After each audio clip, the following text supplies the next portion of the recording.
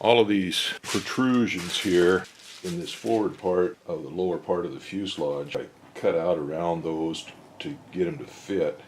And the same thing when the top came on, they came over this way. And once the fabric got stretched, heat treated, it left some pretty good gaps in there. There's a lot of wear and tear that goes on around these fittings, some of them. I've made up doilies or gussets to go over them. This one was the worst here, back where the rear float fitting attaches. This piece comes out away from the fuselage here. It's wrapped around and this longeron and welded out at an angle. And so there was kind of a gap around it. And then there's these fittings here.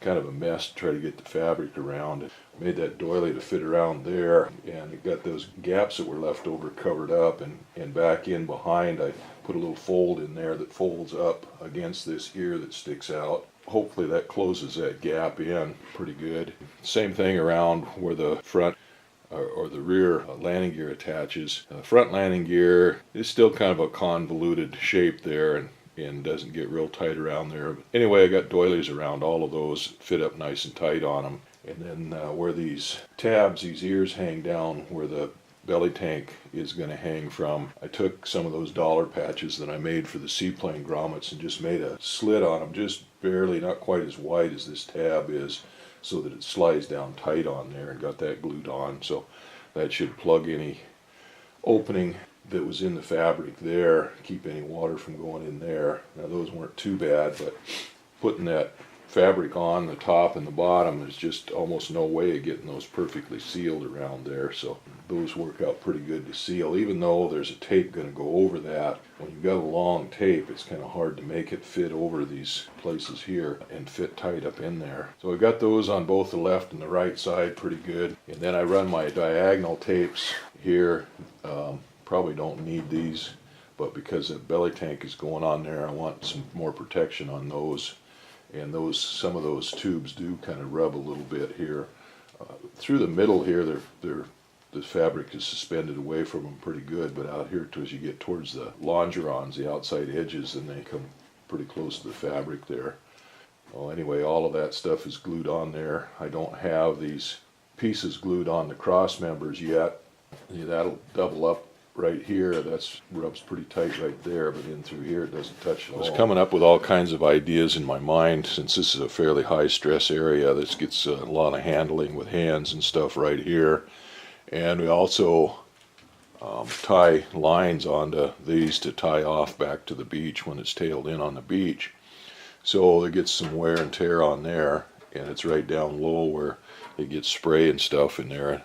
So I want to get those covered up pretty good, and I was going to make a big elliptical football shaped patch to go on that all the way around, put it here in the middle, and then come tight around these, and then I could come over it on the ends, on the outside ends with my seam tape. Once I actually got to working on it, I kind of changed my approach a little bit.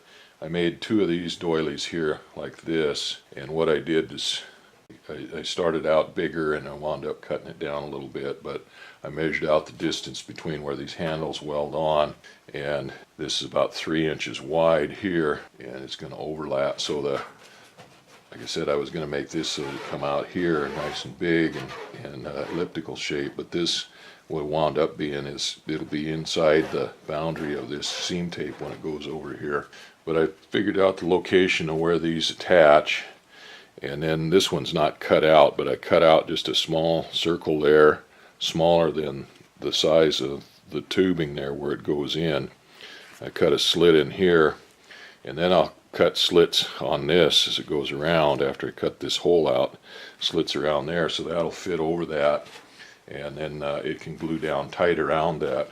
So I'll put one in here like this, and then put another one over the top of it and overlap it so that it lap down like that. And then these will both be covered over with the seam tape. Same with this one. And I'll do something similar with that big grab handle that's up in the upper longeron.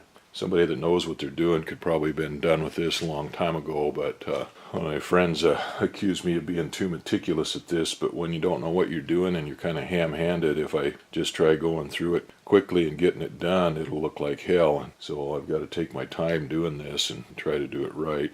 But I've got this on this bottom one, and that's sealed up real nice around that. The fabric kind of pooches out a little bit around that handle where it goes in, and make sure it gets a good seal around that. So I want to keep as many openings from being in this fabric as possible. And there is going to be a couple openings in it. This is a grommet where the water rudders come out, and there'll be a slit here. So you can't really help that. That'll be a slit where it can get water go in there. And then, of course, these grommets here where the inspection covers are the handhold covers to get in to access the elevators and the horizontal stabilizer. Those are going to be open, but these will be covered over with metal inspection cover plates that will be screwed on. Of course, this one up here on the front where the stabilizer goes, that's going to be open, big slot open in there, because this tube moves up and down to adjust the trim on the stabilizer. And then I've got to make some kind of a, I'm going to make a doily for this side. I was thinking about making a cover that could open up to get through on both sides, but I think I'm just going to do it on the left side. The left side had two openings in it down in this area. One that you can get into the nut on the bottom of that jack screw, and then another one farther forward. I'm not exactly sure what it was, but both of those are interfered with this strake that goes on here. So I was going to make an aluminum plate to go over here, an aluminum gusset that would go in here, and then it could cut out around and put a cover over the top of it for a handhold cover in here. I was going to do it on both sides, but I think I'm just going to do it on the left side, and this side I'll cut a doily to fill in this area.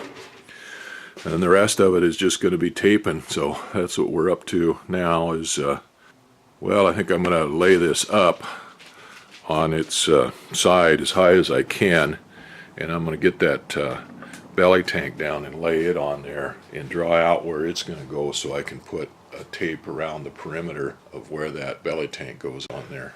Well, I had to get, it's got to go up in the back. Had to get some help to hold that belly tank on there to mark it so I can see where the tapes go. That looks pretty good now. That'll give you, so I can tape that now. Okay, you can take it down. I drew out the outline of that belly tank there on the bottom. The front of the belly tank will be against that tape that goes on that front spar there, that front carry through spar. So I won't need an extra tape on that. And then coming down the sides there, I can run straight tape there, just a straight pace of 2-inch tape. But there's pretty good curve on this rear here where it comes around the back. So I drew out 2-inch wide tape, inch on each side of my line where the belly tank was laid up there.